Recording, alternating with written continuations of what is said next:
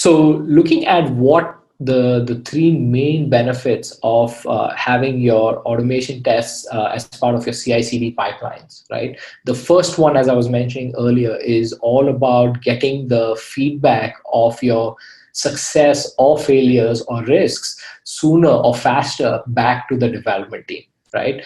Uh, Applying automation in this fashion also lets you broaden your test coverage by tackling different types of tests. So you could do UI tests, you could do UI tests using headless browsers, you could do tests in the API levels, you could do validations of data and transaction information and so forth.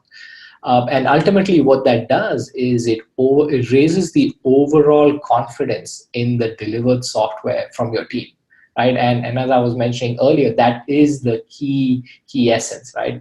If you really think about it, the role of testers is what is supplemented by this, right? Which is our role is to really increase the confidence that is in the software that has been delivered by the team.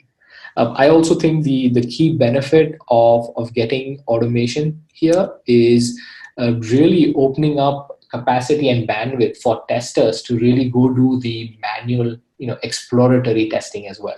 Getting a look at understanding the domain and really applying that knowledge and that experience to really find issues that perhaps the core automation may not always find.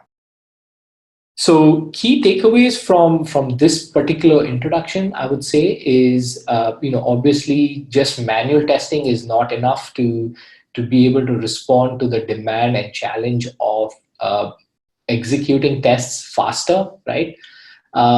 The other aspect I would also share with everyone is just automation through the UI is not sufficient. You definitely have to look at different ways of how testing and validation can occur, and not just limited to the UI aspect only.